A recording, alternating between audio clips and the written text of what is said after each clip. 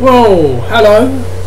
The camera's working, so you get some news, you just want to react to it, so I'm going to give you a quick reaction video because I was out yesterday and my good friend Chris McGregor messaged me. Let me turn that fucking fan off. I need to watch my language. My niece might be watching this actually in America. Yeah, so what on earth was I ranting on about? Oh, my friend messaged me and said, have you heard Eddie Alvarez has signed with the UFC? And I went, what, really? And obviously I was at dinner with a friend, checked it out, found out, and now I've apparently been told, and what I've heard is that Eddie Alvarez has signed with the UFC for a cotton bud on the floor. He is going to be on UFC 178, September 27th. His opponent will be Donald Cerrone, and there's a lot of discussion amongst us die-hard MMA fans. So let's talk about this. What do I think about him signing with the UFC? What do I think about him fighting Donald Cerrone? And how I think he will fare in the UFC. First of all, him signing with the UFC. This has been something that has been on the cards forever. So everyone who is in the know about the situation has been waiting. Obviously, there's the situation with Bellator. He was a highly touted and highly regarded fighter outside of the UFC. I remember there was also talks of him doing a super fight with Gilbert Melendez back when Strikeforce was separate. He was always been regarded as a top fighter. I remember him whacking up Roger Huerta proper in 2010. He's a very, very good, excellent, exciting fighter to watch. Someone I wanted to see in the UFC. When his contract came up, obviously there was that controversy with Bellator, and a lot of people felt that that was very, very shady. The way Bjorn Rebney it just came off very, very, very, shady corporate politics. It was not a very fun thing to watch, and he was having to sit out forever. Obviously he had his loss to the very talented Michael Chandler, came back, got some wins, then beat Chandler in the rematch, and an excellent fight. Two of those fights have been the most excellent fights I've ever watched in my fandom as an MMA fan, if that makes any sense. Yes, it does. And obviously there's just this talk, when's he going to the UFC, when's he going to the UFC, when's he going to sign, when's he going to sign? Bellator aren't going to let him go, and you hear a lot of these rumblings about Bellator contracts back when it was Bjorn Rebney. Apparently Chris Weidman got a contract offer from Bellator, and his solicitor looked at it and said don't sign the contract because of a potentially similar thing happening to Weidman. But back to the topic at hand, Eddie Alvarez, he is now signed to the UFC. He is now signed to fight Donald Cerrone. I think that gives the card a lift, even though the card isn't going to be the same now, because obviously it was the John Jones Daniel Cormier show with a very strong undercard as well, and now with the loss of that does affect the card. But I do say, and I do feel I am going to watch this now because I'm very intrigued to see Eddie Alvarez in the UFC and how he fares in the UFC.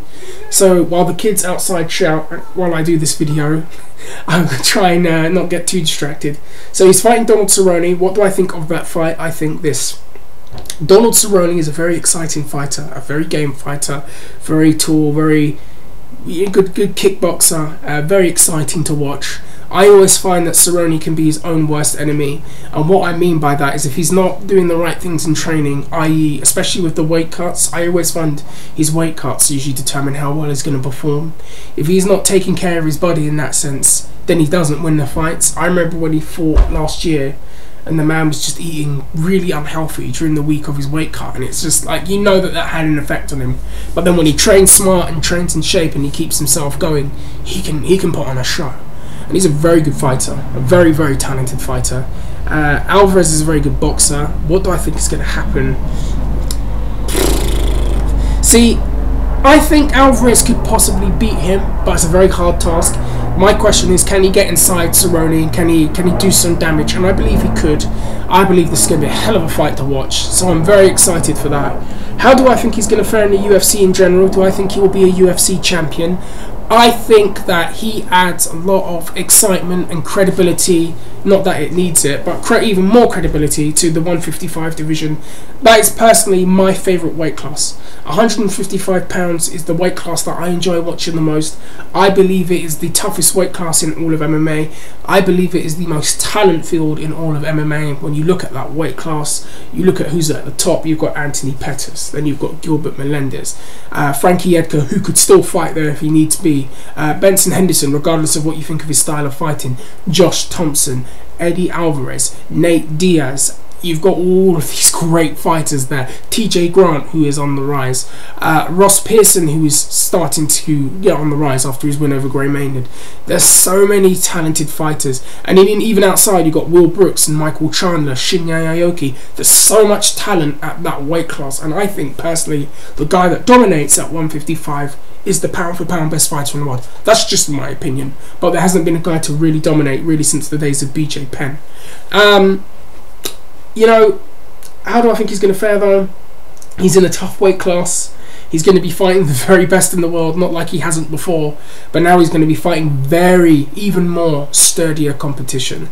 I don't know how he will fare. It's interesting. I know some people right away think he'll be the UFC lightweight champion. Do I think that could happen? It's a possibility. It's a very distinct possibility. Again, it depends on... We're going to know. We're going to have the answers to our questions soon. I don't see him going by the way of a Mirko Krokop. You know, a guy that was highly touted and very highly regarded, and then he just kind of doesn't take off. I don't think that's going to happen, because I still think Alvarez is still in a lot of ways early in his career. Krokop was a little bit later in his career when he got there, and I think that the wars caught up with him. And obviously you had things like drug testing and performance enhancing testing, and I think a lot of those things played a role in why Krokop didn't do as well as he was supposed to have done in the UFC. Yeah, do I think he can be the UFC champion? It's a hard task.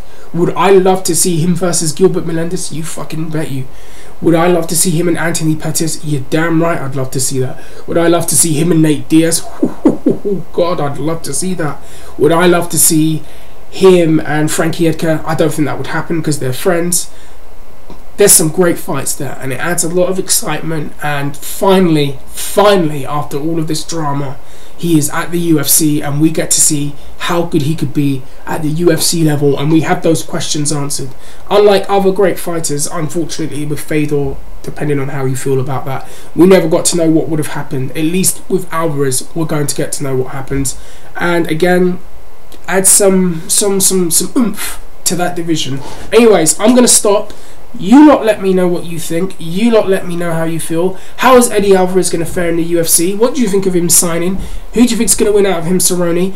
Do you think he's actually going to be the UFC lightweight champion? Does anyone remember him when he was a welterweight, by the way? That's another topic for another time. Let me know all what you think. Let me know what you feel. Sorry, I feel a bit tongue-tied. I had a late night. And yes, guys, take care. If you haven't seen me before, comment, like, subscribe, follow me on Twitter. Ask me anything you want on Twitter. I will answer it. I love talking to people on there. And I will see you all soon. Peace.